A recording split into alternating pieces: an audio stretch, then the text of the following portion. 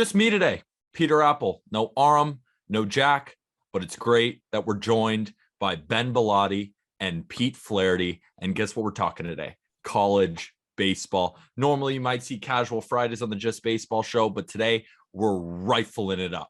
Pete, Ben, Pete, I'll start with you, associate scout for the New York Yankees. How you doing, man? Well, first, I want to say thanks for having me on. I'm doing well, and I'm fired up to talk about college baseball with you guys. And Ben, assistant GM of the Ocean State Waves. How you doing? Doing great. Not gambling advice appearance last week. Now just baseball show. I'm just happy to be back on with you, Pete. Awesome. And these are the two hosts of our new college baseball podcast, The Boys of Spring. And we have an awesome schedule for you guys going today. So first, we are going to talk just about the season, some early risers, guys that you guys are liking, maybe some early disappointments. We're going to get into the top 10. We're going to go overrated or underrated on the top 10 teams according to D1 baseball. And then we're going to get into 3 players that you need to turn on the TV to watch. And then we're going to end it with our mock draft, which is on justbaseball.com. You got to read through the whole mock draft. We're not going to do it all, but there are 6 college bats on the mock draft written by Ryan Miller, who is also one of the other co-hosts of the Boys of Spring podcast. And that's the show. I'm kind of fired up to talk to you guys. We got so much. So why don't we just break straight into it? Pete, I'm going to start with you. Early successes, early disappointments. Let's start on the success side. Who are some teams that you've seen so far that you're really impressed with? Yeah, obviously, I think when you talk about success, you got to start with, the Texases and the Ole Misses of the world. They're 8-0. I think they're each 8-0. Texas top to bottom, they really have no holes. I think they're an Omaha favorite for a reason. You look at their rotation with Tanner Witt, Pete Hansen, their lineup anchored by Silas Ardoin, Ivan Melendez, Eric Kennedy at the top. I mean, you really get no breaks in the lineup, and pitching staff, you're going to be in for it all weekend. So the Blue Bloods are kind of doing what they should be. Going off the beaten path a little bit, not really. Oregon State is a big time team that's they've done really well early on with Cooper Jerpy on the mound. Their lineup, I know your guy Jacob Melton is going off. A freshman Travis Bazana is doing really well. I think they're geared for a really deep run. They remind me a lot of those Oregon State teams with Pat Casey. They've got 6 or 7 bats that can really swing it, and then a weekend rotation. Another team is Arizona. I like a lot of it is kind of geared towards the Pac-12. They kind of ran college baseball for a while, had a 1 or 2 year hiatus where they were a little down, but they're back. Arizona's one that's really good. TJ Nichols is a guy on Friday night who is almost approaching must-watch territory. He's 95, 98 with a banger. And then in the lineup, they've got a ton of firepower with Chase Davis. He's kind of the guy to know for them. Tooled up outfielder, lefty stick. He's got 5-tool ceiling, and he's demonstrated it early on. And then kind of on the unranked side, teams that you'll probably see climbing the polls, if they're not already kind of ranked towards the tier end or the bottom end. Wake Forest is one. They're 9-0. They've got a 3-headed monster weekend rotation with Rhett Lauder, Teddy McGraw, Josh Hartle. Hartle's the Saturday guy, Lauder's Friday. And then they can really swing it too. They have a good mix of young guys and veterans. Their young guys are Nick Kurtz, Danny Corona, and their veterans are guys like Brennan Tinsman, Brock Wilkin, who's going to be a top 10 overall pick next year, probably. They're a team to really watch in the ACC. And also another team is Tulane, the Green Wave. They're kind of always in the mix. They can really pitch. They've got a good weekend rotation with Dylan Carmouche and Carter Robinson. They've taken the lead in the rotation. Carmouche has been nearly spotless. He's allowed just, I think, 1 run over 13 innings. And then the lineup, they've got Luis Aviles, Bennett Lee, and then Chase Engelhard. Those are 2 teams that are unranked by some outlets that I think are on the cusp of getting ranked, if they're not already. And Tulane's got a huge series with Mississippi State this weekend that I think is going to wake a lot of people up. I think that was a good intro because I think it goes to show that you know everything about college baseball, and you can just rattle off names from like Tulane and, you know, the DH for Tulane, and, you know, you could go through them all. But Ben, what do you think? Who are some early surprisers? Because, you know, Pete kind of ran through them all already, but there's probably definitely some that you like. Yeah, absolutely. So I do want to hit on this because, you know, you were so high on them, Peter. Long Beach State, after coming up hot, not so good the last week. Not good week. at all, dude. 0-3. Three losses to Sacramento State. Not great. No. And another, you know, not so much of a surprise, but Notre Dame, they were ranking on D1 Baseball and Baseball America's top list, like high. Some of them had them higher than 13 in the early projectings, or what people thought they were going to be projecting. And they're 5-1 right now, but they really haven't played anyone yet. So I still want to see what they're going to do, but I'm happy to see that they are playing up to potential so far, but only wins this week came against Marist and Monmouth. So, you know, good D1 teams, but nothing to the caliber of what they'll see when they get into conference play. And then, of course, Miami has been great. I love watching Miami. And then something I'm more surprised at is East Carolina. You know, they started off getting swept by Bryant, and then this week 2-2. So a little bit of bounce back, but they beat Campbell, then lost to North Carolina for 2 games. So just a surprise that I thought they were going to have a huge bounce back, and they really haven't, just staying middle of the pack. So I'm pretty sure they're going to drop out of the top 25 this upcoming week. Yeah, due to that. So I just saw they did just drop out of the top 25. I think ECU and Duke are the latest to drop out of the top 25 on D1 baseball. I could be wrong about that. I just read that this morning. Maybe, you know, it's not a fully updated, but it said Duke and ECU were the teams to fall off. And Duke is definitely a team that has a lot of buzz around them every year, not only because they're Duke, but because they're routinely talented year in and year out. So, Pete, I'm going to throw that to you because Ben kind of covered the ECU thing. What's going on with Duke University right now? Well, I will say, one, it's early, and Chris Pollard's teams always they have a tendency of getting hot at the exact right time. If you reference last year, they went on, I think they rattled off 12 straight between their last 2 or 3 series, and then they rolled through the ACC tournament. Kind of got a tough draw in a regional after doing all that. I think they were the 2 or 3 seed down in Knoxville. They faced a Tennessee team in a hitter's ballpark. And then they got a tough Wright State team and then a Liberty team that's always really good. So that was a really, I would say, disappointing draw after all of that with the talent they had. I kind of thought they were geared towards an Omaha run. But it's early. I think they're dealing with some guys being banged up. They do have the talent, like you said. They were dealt another tough hand earlier this fall. They lost a really highly regarded arm in Henry Williams. You got Tommy John, he's out for the year. RJ Schreck, I know, has been out of the lineup for the last 4 to 5 games. He was the guy last year who hit 3 home runs in a game. He became sort of a household name. It was a good blessing for Duke. He went undrafted. He kind of came back to be the catalyst of that lineup. They have the talent there, and they are also young. They're starting super freshman Alex Mooney at shortstop, and he's hitting leadoff. It's so rare to see a freshman come in regardless of their talent level, especially as a hitter, and kind of hit the ground running. Regardless of the talent, kind of like I was saying, there's such a maturity gap physically and mentally between a freshman like an Alex Mooney or a Cody Schreier on UCLA, 2 guys who were regarded as potential top 3 round picks last year.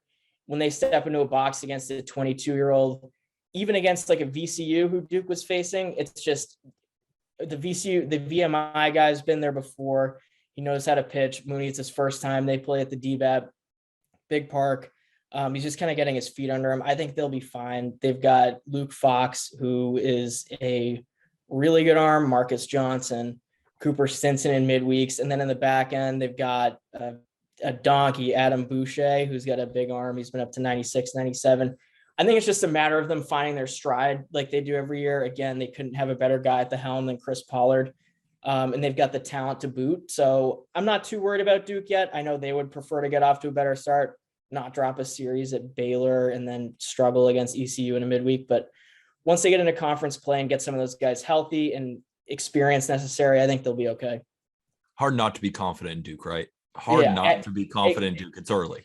Exactly. People were kind of playing the same tune last year with they were off to a slow start in conference play. They were on the bubble. They were on the outside looking in, and then they rattled off 15 straight. So if we get down to April and we're still kind of having this conversation, I still might not write them off just yet, but I wouldn't press the panic button just yet. Good. And I assume you're not pressing the panic button with ECU either? Maybe you are. A little different answer there, maybe. I think it's a little bit of a different story at ECU. Again, these are two schools with really good coaching staffs. Cliff Godwin at ECU is another guy. He came over from being an assistant at Ole Miss.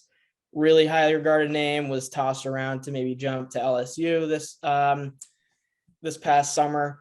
But again, it looks like Carson Wisenhunt, whatever is going on there, they're going to be without him for a while.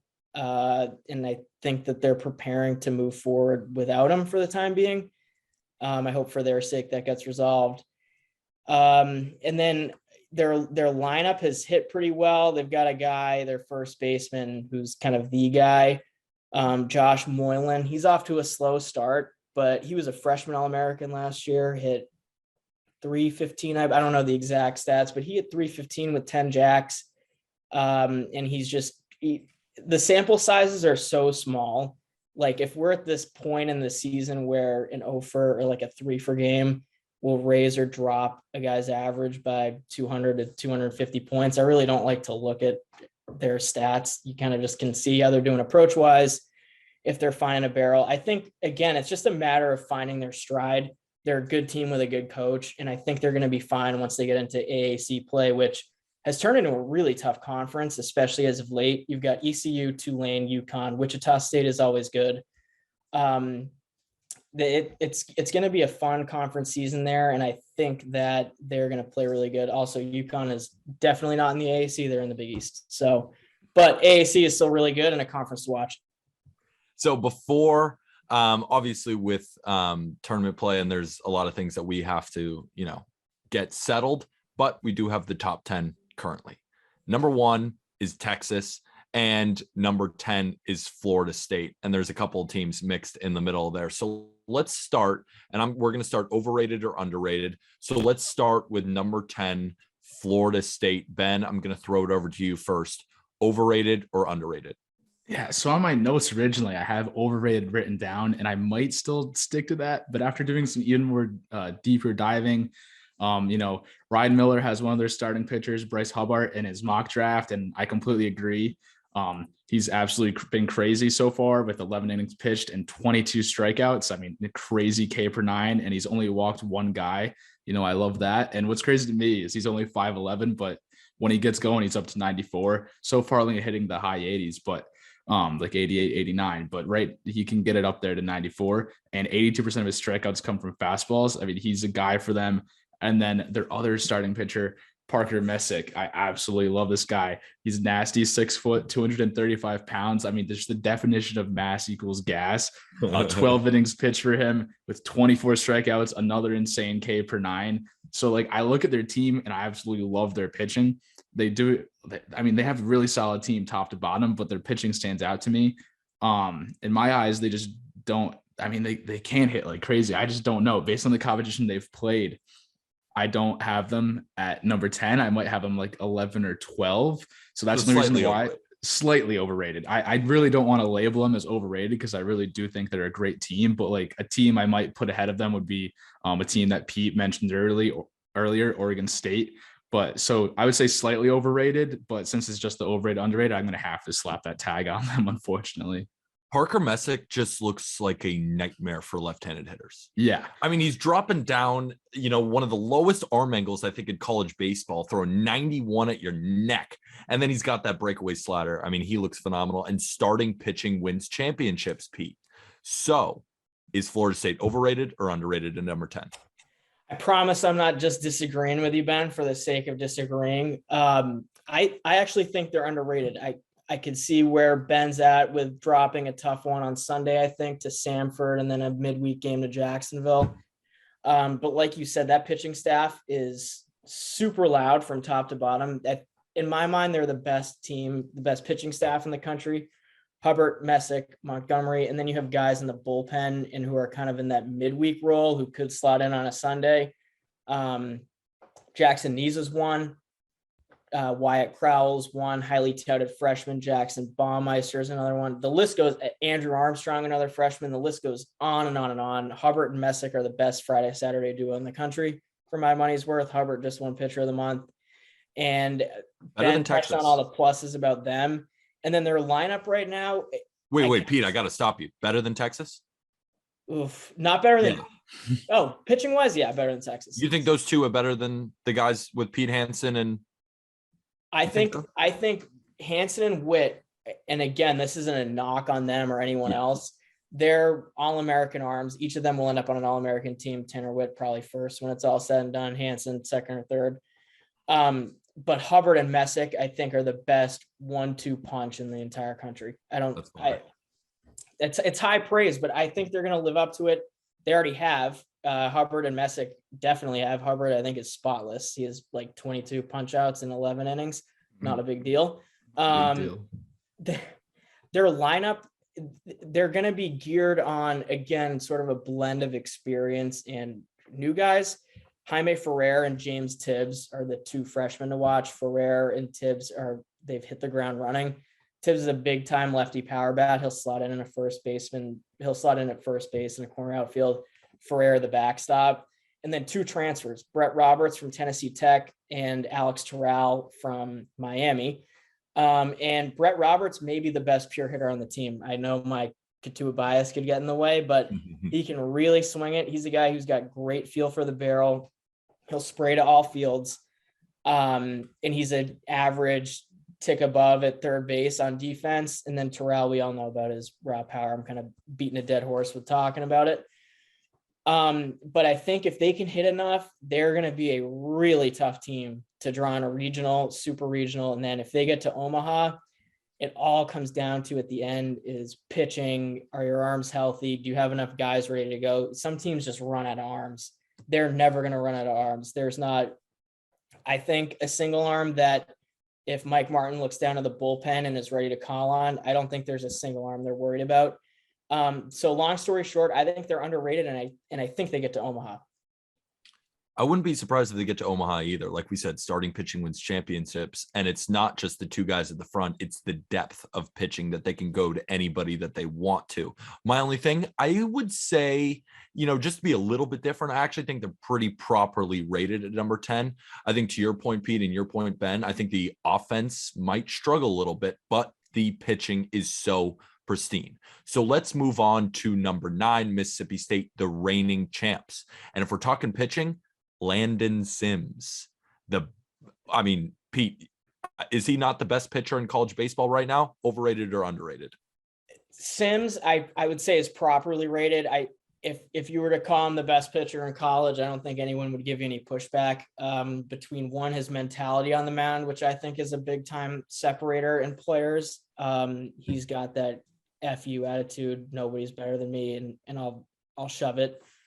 So I think he's properly rated as the best college arm out there right now. I think. What about Mississippi State? Oh, at 9th, I'd say severely overrated. Wow. And no, to your point on that, we were talking on Not Gambling Advice, and Colby came up with one of these trends for a team that could win the College World Series. And the reigning champ has almost no success in the next year. And you don't think Mississippi State is going to find success in Omaha, even if they could get there? Yeah. I don't know. I think I could be alone in this camp. I think I could be alone in this camp, but in my personal top 25, I wouldn't have them ranked right now. Wow.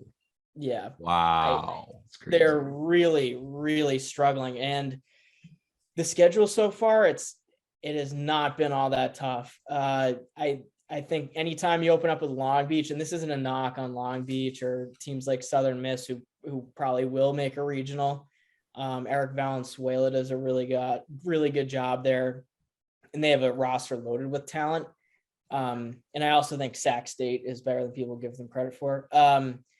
The thing is they're struggling against teams like Northern Kentucky. They lost on Friday night with Sims on the bump, not to any fault of Sims.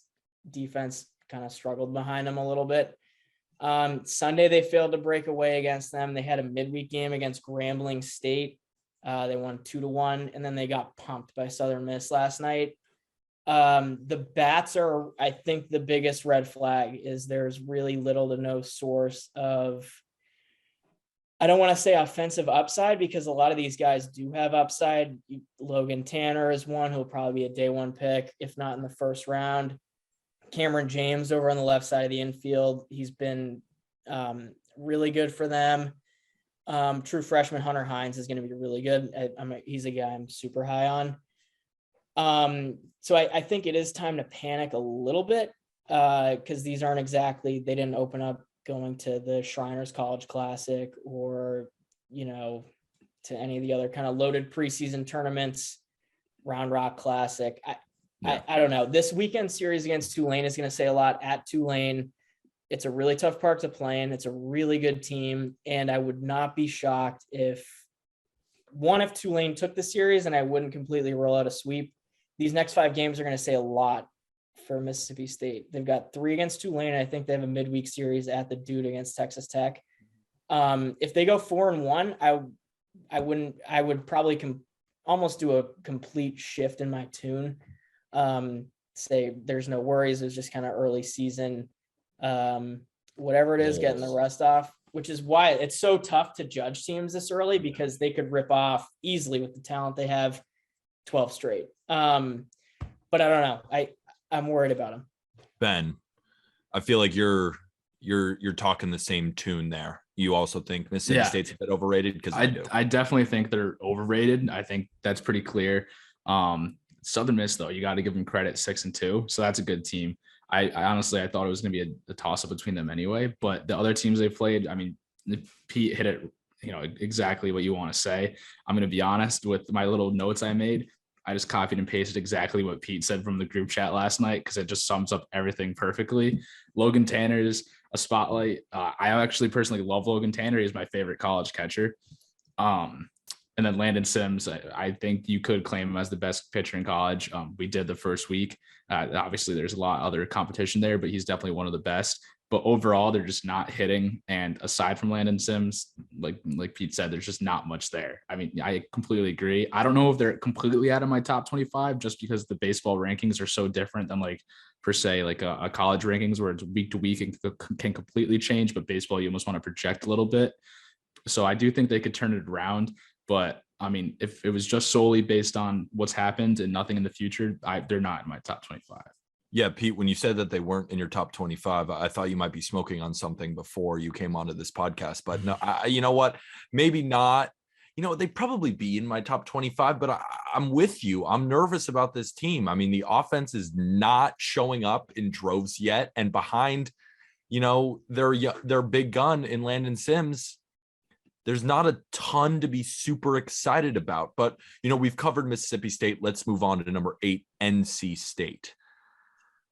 Ben, overrated or underrated? I think they're perfectly rated, honestly, right where they are. They just lost a tough one against Campbell last night. Zach Nito closed it out, which was awesome. I'll talk about it a little bit later in the podcast. But, I mean, their offense is absolutely insane. I mean, everyone knows Tommy Tanks, Tommy White. We talked about him in Not Gambling Vice. Everywhere you look, it's just Tommy White this, Tommy White that, and for good reason, too. Yeah. For great reason. I mean, he's going off. But, I mean, you said it when we went over Not Gambling Vice. He's not even the best average hitter on the team right now. I mean, JT Jarrett, Lou James Grover, they're unstoppable. They just hit and hit. And the pitching's been there for them too. So I think they're perfectly rated. I'll let Pete take over and maybe say what he thinks. But last thing I'll say is maybe they move up a spot or two, like 1 or 2 spots. But I think right where they are is pretty good for them. Pete, you agree? Yeah, I stick with Ben in that they're properly rated. I don't think last night's loss is a huge cause for concern. Campbell is a lot better than their 3-6 record. They're, I think, going to roll through the Big South. They've got, in my mind, the best 1-2 punch bar none in the Big South with Thomas Harrington and Cade Kuehler. And they're an underrated duo. They're not going to get as much hype because they don't go to a clouded school or anything, but they're a top 10 1-2 starting pitching duo in the country, in my mind. If they were in the SEC, nasty. they'd be getting national attention. Harrington will be a day one pick when all is said and done. And then Zach Neto is Zach. It's crazy. He's almost a household name at this point, at least in our little world he is. But no, I'd say NC State's properly rated. And they're kind of a reverse Florida State. Florida State is built on pitching. Pitching is going to carry them through Omaha. If they want to get to Omaha, pitching will carry them. They're not going to be beating teams 12-8, 12-9. But NC State is the kind of team that will probably get in those de facto shootouts. Ben touched on it a lot with the lineup. I don't really have to say anything about Tommy White at this point. I think his results have done all of the talking that we need. And then again, top to bottom, I was fortunate enough to go to a couple of their games. I was visiting my girlfriend. You have Sick flags. That's why I have a nice like backdrop. Is I'm not as cultured as this. So yeah, that's not mine. But no, you have no breaks in that lineup. Ben talked about it. JT Jarrett, Gino Groover, Devontae Brown, Noah Souls, Josh Hood, Don Pawali. Like there are no breaks. And they're the beneficiary, much like Tennessee. They play in a launch pad, absolute launch pad. The wind, when I walked in on Friday and Saturday, the flags were blowing straight out. And like you could if you don't even barrel a ball with the caliber hitters these guys have, I mean, it's going to go, which it could be a little bit of an issue when they get into kind of conference play in the ACC, but there's not an offense maybe in the country that could go punch for punch with them. They're going to have no issue, again, getting into these shootouts, and it's all going to come down to starting pitching. Their weekend staff is actually pretty good, really good, actually. And it's better than people give them credit for. You go Friday to Sunday, you go Highfill, Willardson, Harrison. Harrison's a fastball change, more of a finesse guy. He's been good so far. Yeah, they've been good. And it's all just going to come down to these midweek games, kind of finding a guy to, I would say be dependable in that midweek role. So far, it's looked like Logan Adams has taken that role on, who's a good pitcher. And again, people will overreact just looking at Campbell's record. They're a really good team. That's not in my mind, a bad loss. And then in the back end, a guy who has had his COVID year get cut short like everyone. And then last year wasn't as much of a name just due to, I think, the numbers that he put up. If people were to look at his stats, they'd be like, oh, there's not really much, but they have one of the best back end guys, I think, in Chris Villeman. He is a short, stocky lefty with an explosive delivery and fastball. Once you get into ACC play, he'll be the guy you see in the 8th and 9th. And so I think they're properly, if not underrated. Again, it's all going to come down to the pitching. If they have enough depth to sustain a run through a regional, super regional, and I know they're on a big time mission to get back to Omaha. So is everyone, but them especially for obvious reasons. So I agree with Ben in that they're properly rated, if not a little underrated. And we got a lot to cover. And we got a bunch more teams left, some players to watch. So let's just go straight into number 7, LSU. They have Dylan Cruz, who looks like he could be in the big leagues right now.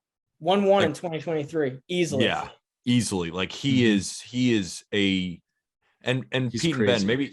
and Ben, maybe this is going too far, but he seems like a generational type bat to me. So Ben, I'll throw it to you first. Overrated or underrated with LSU? I'm happy we got here. They're underrated in my eyes. They're definitely going to move up in the top 25. If you look at the teams they've played, they haven't played the highest level of competition, but it doesn't matter because they've absolutely crushed everyone. Dylan Cruz and Jacob Berry, insane.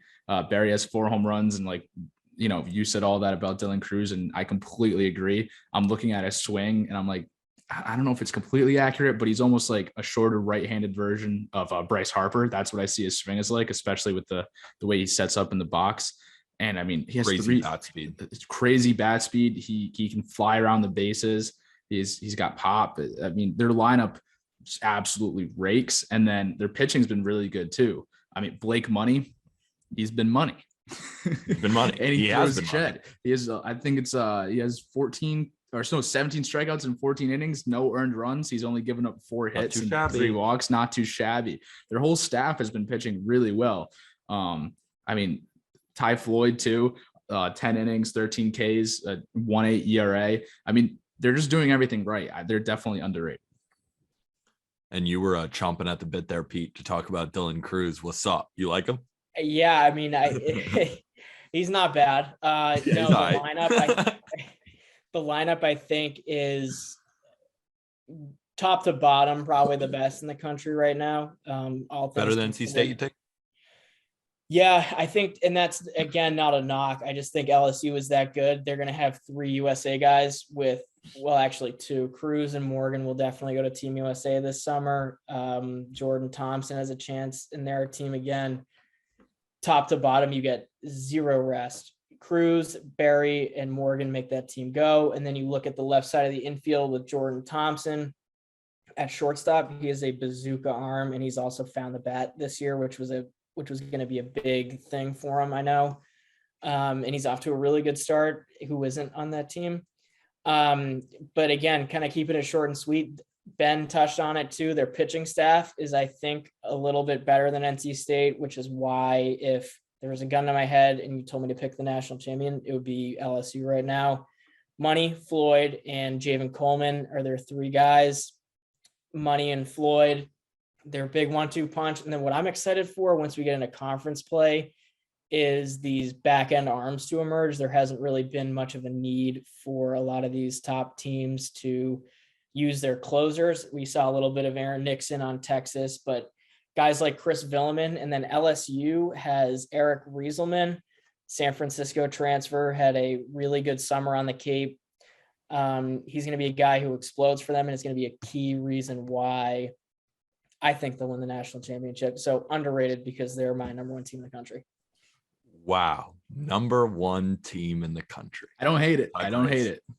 I don't really hate it either. I would also probably call them underrated. I feel like maybe I was sleeping on them for no particular reason. You know, there was just a couple other teams that, you know, shot out of the gate early that I kind of latched onto. Oregon State, Oklahoma State, teams like that. And, you know, I just kind of never gave LSU their due. But lately, how can you not? So let's move on to number 6, the Stanford Cardinals. This is a good team with some MLB talent. Pete, I'll throw it to you first. Stanford, overrated or underrated? I hate it because it sounds like a cop-out. I'm going to say properly rated at 6. Not a cop-out. We're properly rating sometimes. I think people will look a little bit too much at their midweek game against UTSA and sounding alarms, but midweek games are such a, I don't want to say crapshoot, but they're so weird. I know Stanford was trying to rest a couple guys and get some fresh legs out there after just having a really big weekend down at the Round Rock Classic. They had, I think, 4 games in 3 days or 3 games in 3 days. They rolled through that, beating 3 good teams.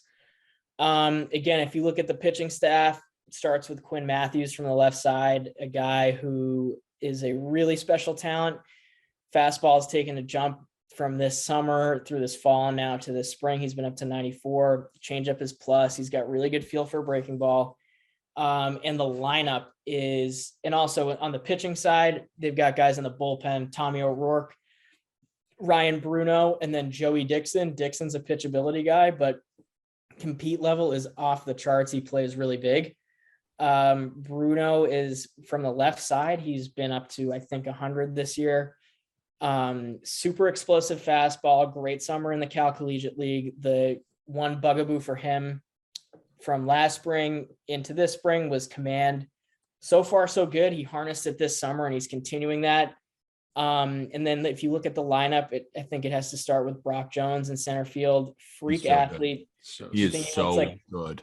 If you think he looks like a football player, it's because he was the free safety at Stanford too. He is. Freshman. And again, came in, started at free safety and center field. Whatever. I like that combo. Combo. He's off to a slow start, but again, we're at a stage where if he goes 3 for 4 tomorrow, he's hitting 320. So that's why I really like Stanford. I feel like their best guys haven't fully gotten going yet. Ben, what do you think about Stanford? Yeah, no, you said that's completely right. Their best guys haven't got it going yet. Pete mentioned Quinn Matthews. I think he's like a prime Patrick Corbin. I think that's what he reminds me of. Wow. That's personally, I just the lefty, the slider and the curveball he's got, and then he's got a little more juice than Patrick Corbin does now with this fastball. I like him. He's a lot. He went 6 innings against Arkansas, striking out 10. That was a huge testament to that. I mean, Arkansas. Patrick Corbin in the MLB last year had a 6 ERA. Could he go up in the major leagues and have at least a 6 ERA right now? You can't get any worse. I think so. I think so.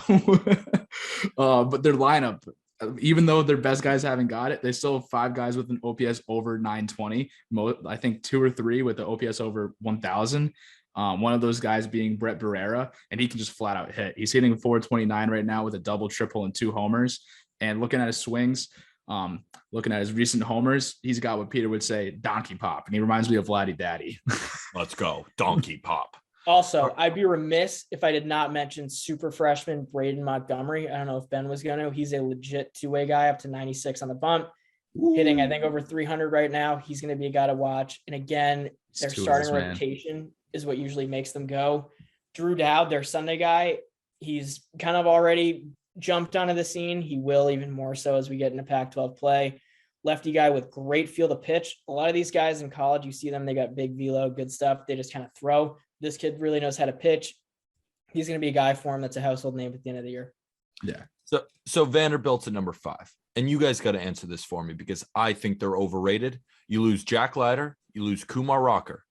And I know they're always in it. They're always in it and should probably, I guess, be ranked in the top 10. But personally, I don't know if I'm putting them in my top 10 right now. Vanderbilt, I think they're overrated. Pete, do you agree or disagree? I hate to keep saying properly rated. With really? Corbin and the talent they have, and for my money's worth, Corbin's the best coach in the country. And then you've got pitching coach Scott Brown, and they just crank out arms year after year. They're pretty good at doing that. Yeah. They're all right at it. So I'd say properly rated at 5. They're again a team that kind of got off to a, you know what? I'm not even going to say slow start because when we get to Oklahoma State, you'll hear my thoughts on them. They're off to a fine start. And Enrique Bradfield's one of the most electrifying players. Cool. He's probably the most electric player in college. Do you think he's the fastest baseball player alive? Is Terrence Gore still around? I mean, but it's hard not to. They had him at up there. He's got 80 speed. He's got 80 speed. Like he does have legit 8 speed. They've got him. Spencer Jones is a guy who dealt with the injury bug a little bit his first 2 years. And again, you see a lot of these true COVID freshmen from 2020 who are now just kind of starting to get the experience that body's showing up. Yeah. So like Spencer Jones is a guy. Exactly. Carter Young, glove for a shortstop. He's been bad though. He's 3 errors so far. I mean, I know it's not that many games, but that's supposed to be why he's so good. He's scaring me a little bit. I'm not gonna lie. I think Ben and I will disagree. I'm gonna stay. I'll stay pat with the Doors. I think their pitching is gonna carry them. You've got McElvain, Maldonado, Riley, Little, Holton, Berkwich.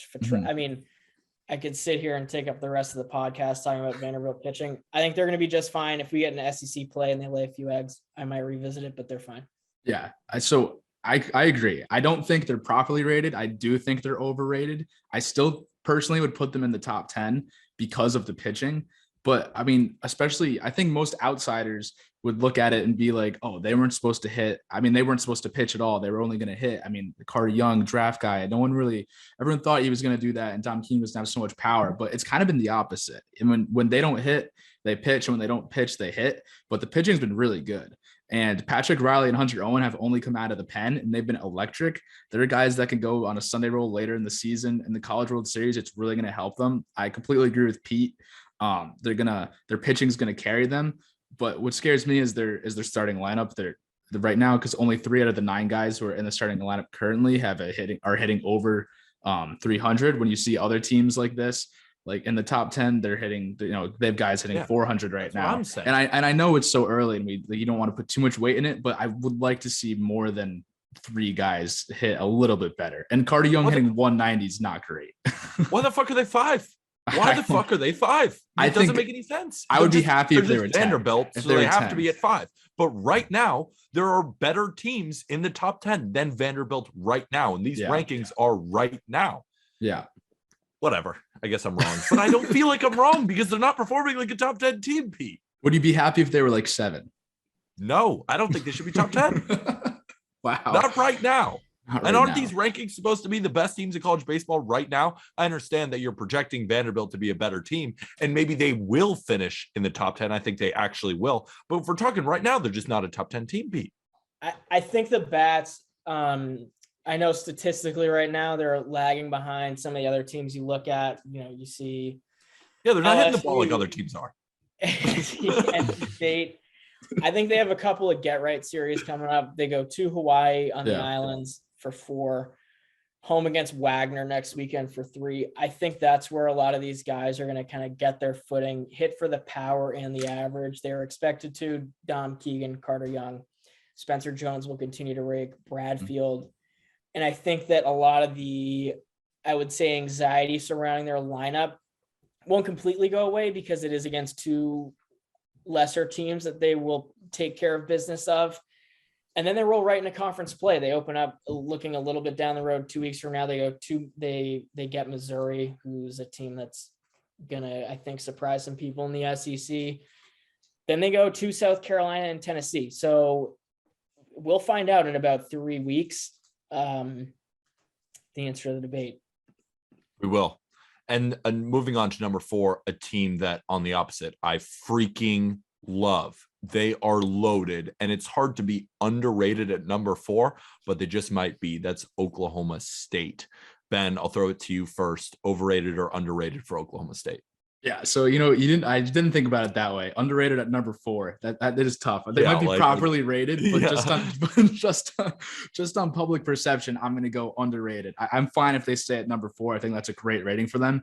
But when you look at them at first, no one expected them to be at number 4. I don't think. They started off the year taking 2 out of 3 from Vanderbilt, which at the time was the number 5 ranked team, still is, and then they took 2. Like swept Arizona State in a 2-game set. Arizona State's not too hot right now, but it's still Arizona State. Their lineup's been consistent. All they do is hit. They're just getting on base and mashing singles and doubles.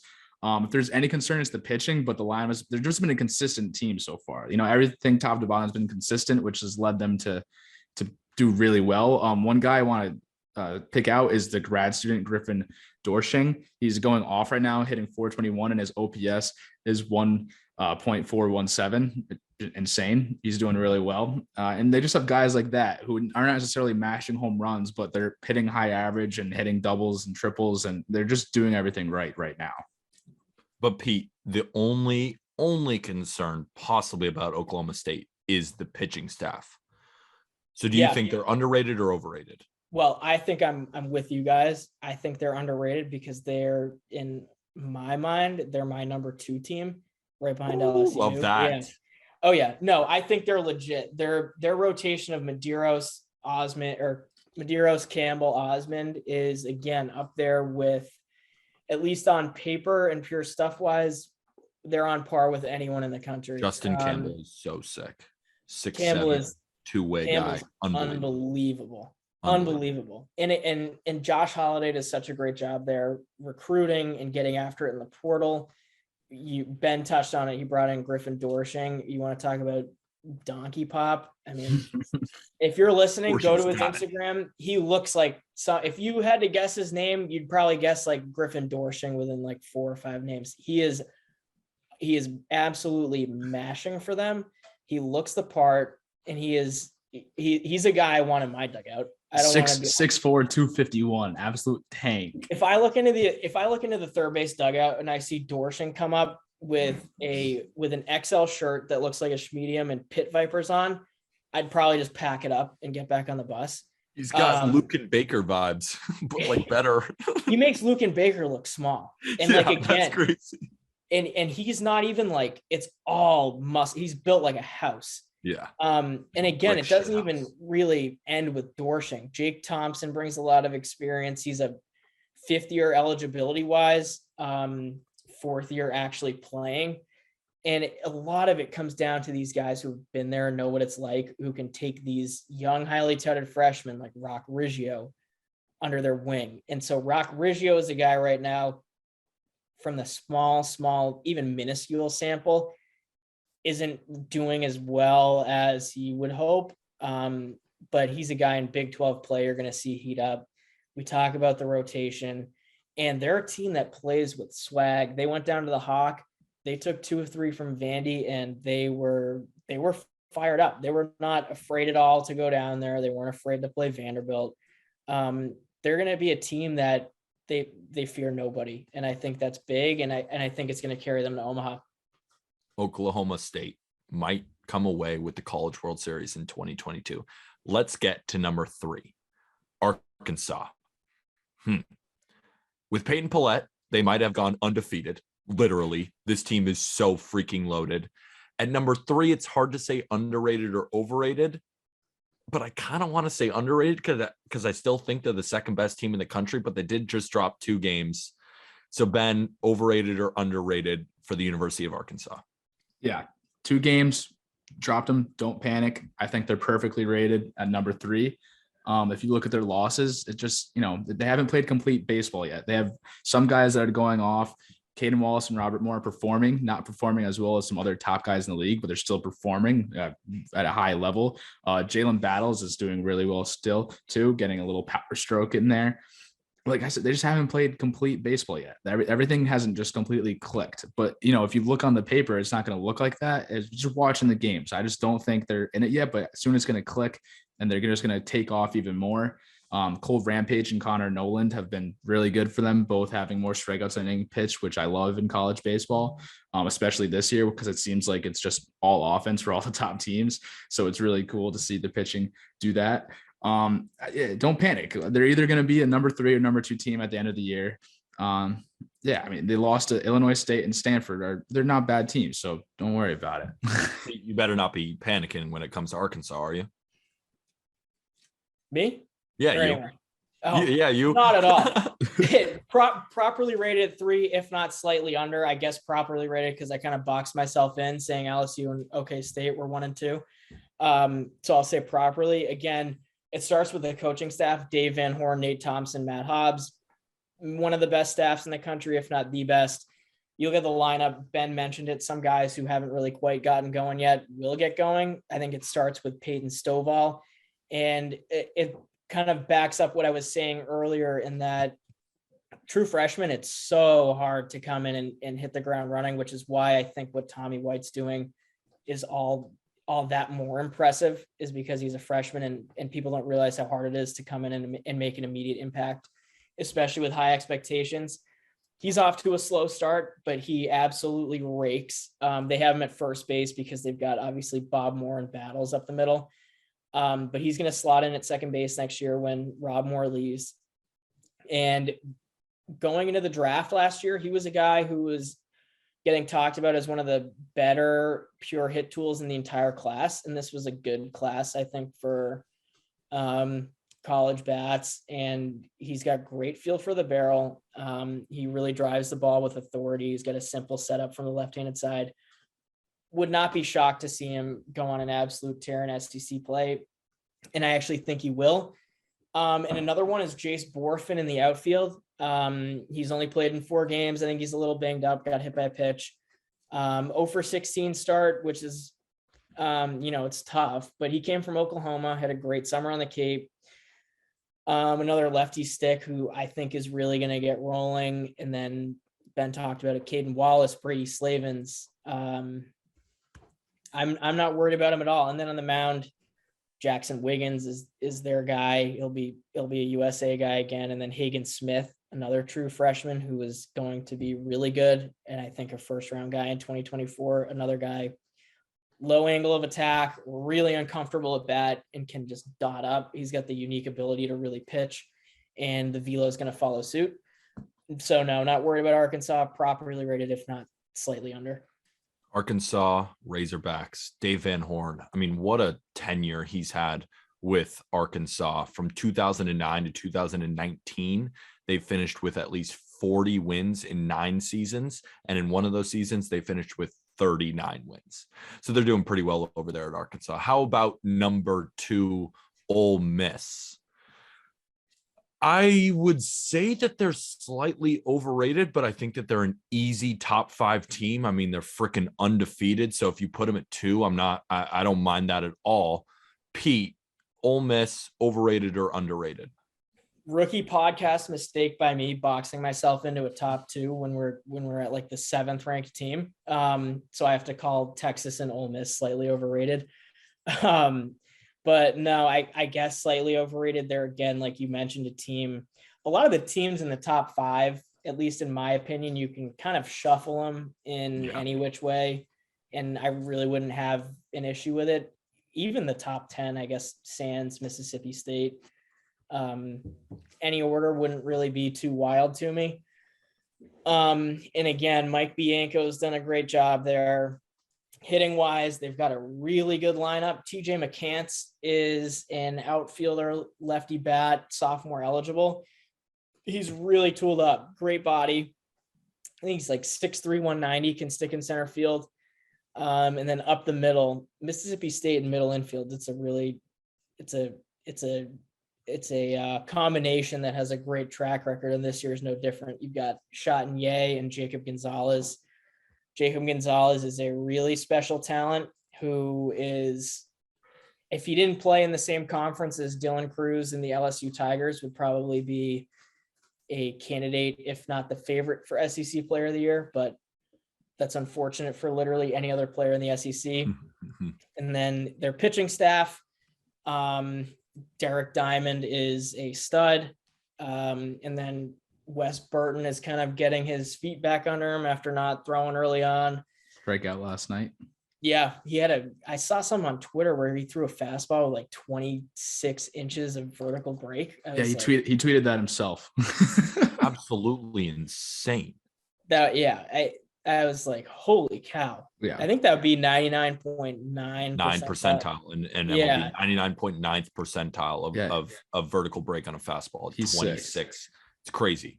Unbelievable. Well, bottom line is they're another team that's going to be right in it until the end. And I think the monkey to get off of Coach Bianco's back is getting that elusive second win in a super regional and getting to Omaha. I know they've had no problem making a super regional. They've lost a couple of tough ones in recent memory, but he's got incredible talent on the team. He's got a good coaching staff, one of the best college environments to watch a baseball game. They're going to be fine. And one of the most fun players to watch, Taiwan Malone. I mean, 6'4", 320.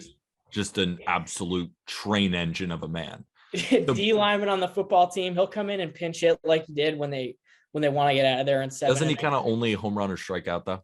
Almost exclusively. Literally home run or strikeout. But he's awesome to watch, and I think they're a great team.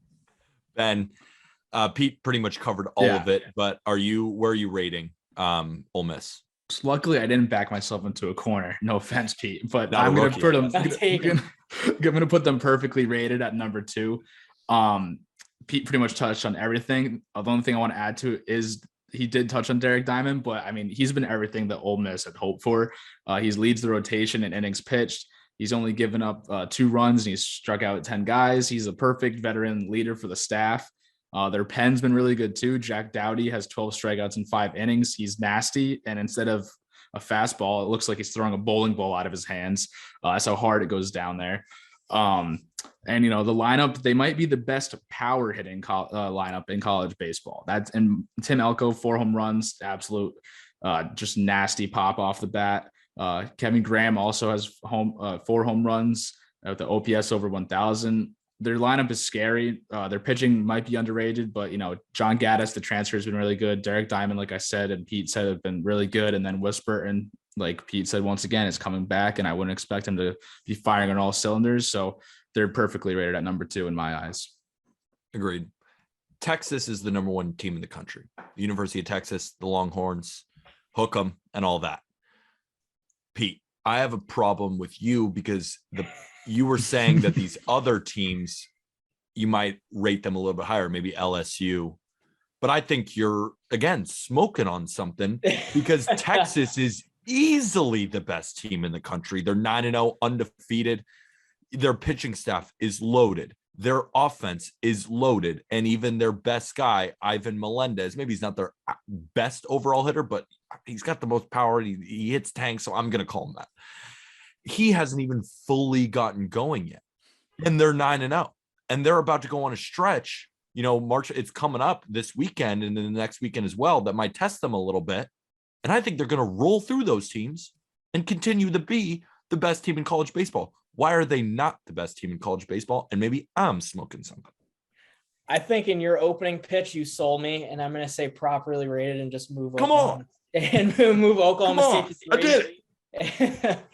Because just hearing you talk about them, and you're so right and everything, and watching them play, it is hard to say that right now they're not the best team in the country. Fucking loaded. It's like the best college baseball team I've seen in a while. They're fucking loaded. They really play well, and they play the game really clean. It looks like a professional team out there. Mm-hmm. And again, they're built on experience. I think some of these teams are the beneficiaries of Corona, and these guys get an extra year. The draft gets shortened twice. They don't get the money they want. They don't get picked. So they elect to come back to school. And I think a couple of really good examples for that with Texas are Eric Kennedy and Austin Todd, two of their three outfielders, more average over pop guys at the top of the lineup. But again, you supplement that with Silas Ardoin, who, if you said he was the best defensive catcher in the country, I wouldn't have any gripes with it. And then the Hispanic Titanic, which is the best nickname in college baseball, by the way, Ivan Melendez. And then Do you think he's the best hitter on Texas, Ivan Melendez? I know I said that. I think he is. Melendez, definitely the best power hitter. I'd say pure hitter, just hit tool. Kennedy is really good. He's a really good leadoff guy. Excellent bat to ball, hand eye. He won't hit, for much power. But Kennedy and Melendez are a great tandem that play off each other. I don't even have to talk. Oh, by the way, their home run song is like the crescendo of My Heart Will Go On, which is electric when they get a full ballpark. It sounds insane. And then the pitching staff, I don't even need to talk about it. Hanson, Stevens, Witt. Hanson's insane. Yeah, Hanson that's the thing. really You had good. Hanson as a second team guy. He's a first team guy. He's one of the best left-handed pitchers in the entire country. He's really good. And again, he knows how to pitch. He's a guy whose velocity is not going to be the 95, 97, 98 that you That's see. like 92, 91, but it still works. It plays. Yeah, and he's got plus pitches. He's awesome. He pitches at 89 and 92, but he's got 3+ pitches, and he just dots all of them. He knows how to pitch lefties, righties. He'll go change up, slider, dropping a curveball. And then Tanner Witt, nothing really needs to be said. And then Hammer. Yeah, he's Team USA guy this last summer, will be again this summer, and will be a first-round draft pick next year. And then Aaron Nixon in the back end is a absolute fireballer and plays like it. I love the emotion he shows. He's an absolute dog. So you convinced me Texas is properly rated and the best team in the country. That's what the fuck I'm talking about. Come on. All right, Ben. Yeah, I can't. I don't need to say any more on that. And really. I know you can, because how could you? But if you could poke a hole in Texas at all, where is the weakness? I don't think it's going to be a weakness for long, but right now what stood out to me was they only have 5 home runs. There's these other teams have like 3 or 4 guys that already have 4 home runs. So that home run song's not playing too much. That's true. He'll get going in Big 12 play. It's not I'm not worried about it. I just thought it was super surprising. So we've been talking about college baseball for a while. So what we're going to do is, instead of doing 3 players to watch and talk about the mock draft, we're going to just go straight into the mock draft, because these 6 guys in the first 10 picks are all college bats, and they're basically all the guys that you have to watch. So let's start at number 10. So remember, you can see the full mock draft over at justbaseball.com, written by one of the hosts of the Boys of Spring podcast, Ryan Miller. So a guy we were just talking about on Arkansas who hasn't fully gotten going yet, but we fully expect that he will because he's probably the best second baseman in the country. If you're not talking about Tamar Johnson, Colorado Rockies, number 10, they're taking Robert Moore, the second baseman out of Arkansas. Pete, what have you seen from him initially? And do you still think that he could be a top 10 pick? Yeah, absolutely. He's another guy that I think one of the big separators with him is doesn't really come in his natural tool set, but more his makeup and how he plays. He plays with a lot of emotion. It's clear that he's a winner, and those are the kind of guys that you want both in your dugout in college. And then obviously when you're projecting on these guys in the draft room, I want someone like Bob Moore around my team, coming up through the system. And then when he gets to the big leagues, because he's going to be a big leaguer and an impact one, he's someone that I want. And I think the somewhat lazy comparison based on body type and play style, at least on the dirt, could be Dustin Pedroia. Got more pop than him though. Yeah, he's got more juice. Yeah. He's got a more violent swing. I think it's a swing that's geared more towards those, 12 to 17-ish home runs. If he does end up going to the Rockies in Coors Field, I wouldn't be floored with 10 to 15 extra pounds and the tool set that he already possesses. If he ends up being a 15 to 20 home run guy, that's a big label to put on him, 20 home runs, but we're talking Colorado. So you never know. I'm impressed with Bob Moore. He's going to continue to impress, and he'll go in the first round, whether it's 10, we'll see, but he'll be a first round guy. So number 9 going to the Kansas City Royals is third baseman Jacob Berry. I would say he is donkey pop. Maybe not to the level of some of these other guys, but he's just got straight up pop. Third base prospect, one of the best in the first round, one of the best in the entire country. Ben, what do you like about Jacob Berry? Yeah, I mean, I love third baseman going at 9. I think that's sick. I love third baseman. Jacob Berry, I mean, he's a standout for LSU.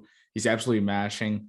17 bombs last year only leads me to believe that he's going to go hit more this year. I mean, he's switch hitter, infielder. There's really not much not to love about Jacob Berry. He's just a consistent hitter with some pop who puts a pretty good glove at third base too. So I think it's a great pick at number 9. And if the Kansas City Royals, who he's projected to go to in Ryan Miller's draft, do get him, they're going to eventually have a loaded infield. They're going to have such a loaded infield with Bobby Witt Jr. coming up and Nick Pratto at first base. But number 8, the Minnesota Twins taking outfielder Gavin Cross from Virginia Tech, 6'3", 210 pounds. He hit 345 last year. What do you like about Gavin Cross, Pete? Well, one, you said he hit 345 last year, and then he also went to Team USA in the summer. And there are reports that he was the best hitter down there. And keep in mind, that was a roster with the likes of Jacob Berry, Dylan Cruz, guys of that caliber. And the name that everyone came away that they were wowed about, not saying they weren't with other guys, was Gavin Cross. I think he hit 6 home runs, hit for average, and he was facing the best college arms in the country. It's Team USA, and they had a unique setup last year with the inter squads. But this year he's off to a fine. He's had 19 at bats, so he's had 19 at bats. And I think he got hit by a pitch or tweaked something early on because he was out for a week, and then they've been a little hesitant with him. But he's going to be a corner outfielder who sticks in a corner outfield spot. Great body. And I think that his raw power is going to be his calling card when it comes down to it. One issue with him, I'd say the one risk is there is going to be some swing and miss. But I don't think it's going to be a big enough issue to drop him significantly. And he's also a guy that if he does what people are projecting him to do in ACC play, he's another Mike Elias underslot candidate for the Orioles at 1-1. Wow. Don't be shocked to hear his name thrown around. So I'm excited to watch Gavin Cross. Ben, the Washington Nationals are slated at number 5 to take infielder Chase Young out of Texas Tech. He's the brother of course, Josh Young, who unfortunately just went down with a season-ending injury, it looks like, for the Texas Rangers. But there's no doubt that him and his brother have crazy amounts of talent. That's why he's going within the top 5. What do you like about Chase Young out of Texas Tech? Yeah, he's honestly one of my favorite players in all of college baseball. Unfortunately, right now, getting off to a little bit of a slow start. He's hitting 208. But, I mean, you saw what he did last year, hitting well over 300 at a consistent rate. He's just a consistent bat, and his swing is one of the sickest swings I see in college baseball. He's not the biggest guy ever, but he has like a lot of power for his size. Switch hitter, I think, right? And I mean, I just love watching him play. I really do think he's going to turn it around. I mean, you look at him last year, and there's no doubt that, based off last year, he's going to be drafted at a high round, early in the draft, rather. And I mean, 21 home runs. I mean, yeah, in 56 games, he had a 1.159 OPS and 21 bombs. This guy is not only just a great power hitter, but he's just a great all-around hitter as well. Yeah. So he's going to figure it out. Let's talk about one of the best all-around hitters, but he comes from James Madison. Is that even a college? Number 4, they're a football powerhouse. No, yeah, the football powerhouse. Number 4, Chase DeLuder out of James Madison, the redshirt sophomore, the 6'5" guy who Arms says he's got a swing like Kyle Tucker. Who the hell is this guy from James Madison? Yeah, DeLauder's a guy. Again, 1-1 is not out of the realm of possibility. He has a very unique tool set. The body is what stands out, combined with his hit power combos. He's listed at 6'5", 230. Being around him a little bit this summer, I wouldn't debate that. And he's a really sneaky mover in center field. Orleans this summer, which is where I got most of my looks at him. They had him in center field, worked him a little bit into a corner outfield spot, and he glides to baseballs. He's not going to blow you away with run times. But he's a guy who's not going to be a clogger on the base paths. He's going to be an average, at least runner, I think. And then his swing is what's so unique about him, because it is incredibly low maintenance. He's got a very, I would say, interesting setup, especially in his lower half. We saw a little bit against Florida State. It was maybe sliding a little bit towards first base. He was bailing out. That was like 9 at bats. And it was also against Messick and Hubbard. On the one hand, you should be like, well, if he's a 1-1 guy and this is an impact big leaguer, you should not be doing that against guys like Messick and Hubbard.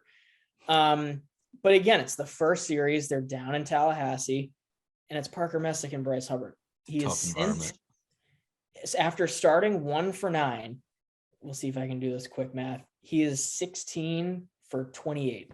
I think that's decent. It's all right. It's not bad at all. He got out 8 times. How good is that? He's hitting 460. He'll win CAA Player of the Year.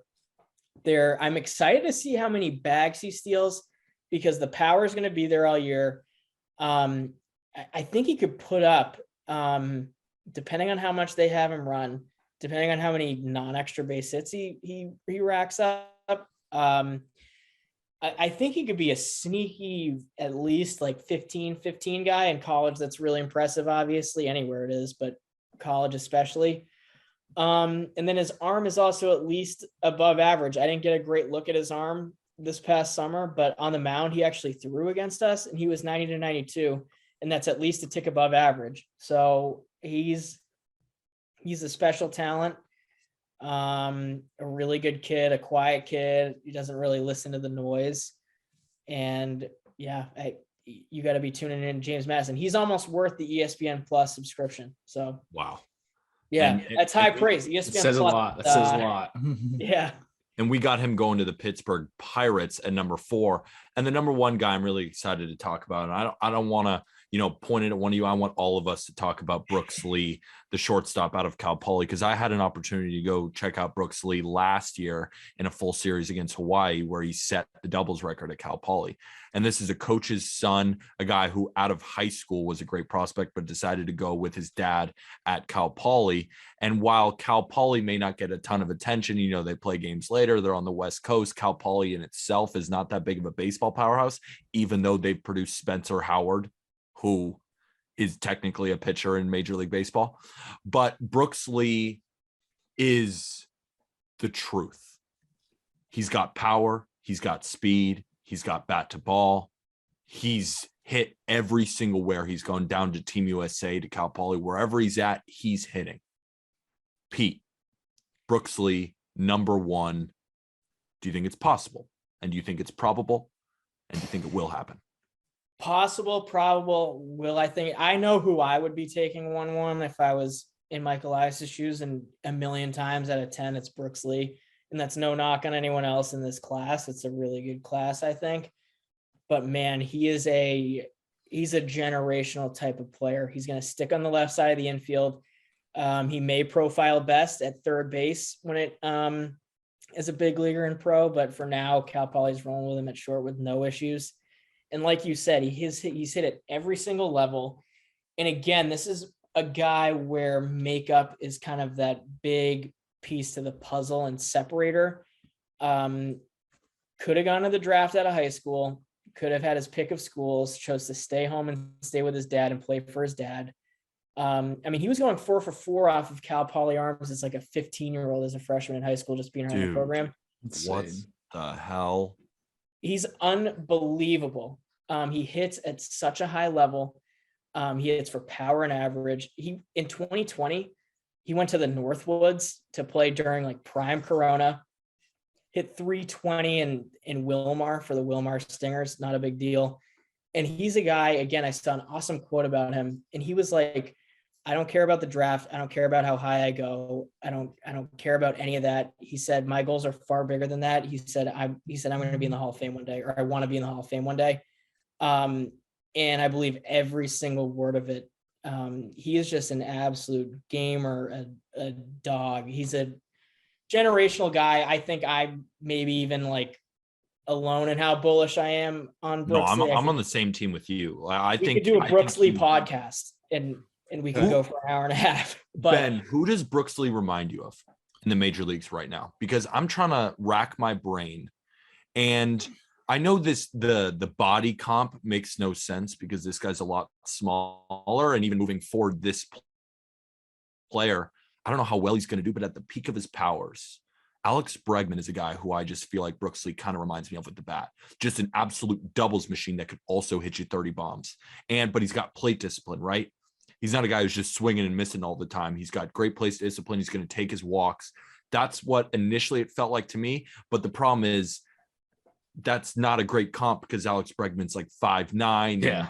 and he's probably a little bit quicker. That's not the best comp. That's just how good I see the bat being. I feel like those numbers might look like each other when Brooks Lee is eventually a big leaguer for the Orioles. Does that make sense, or are you thinking somebody else? No, I definitely see why you would say that. Aside from the body comp, I think that's pretty cool.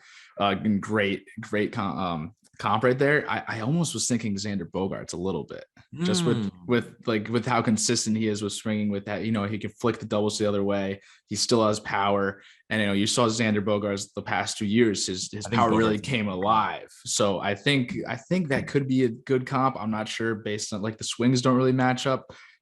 Like looking at him just face value, he's definitely just like a bigger Alex Bregman, but I kind of like to think of him as like a future Xander Bogaerts with his maybe even like he'll be a better talent than that.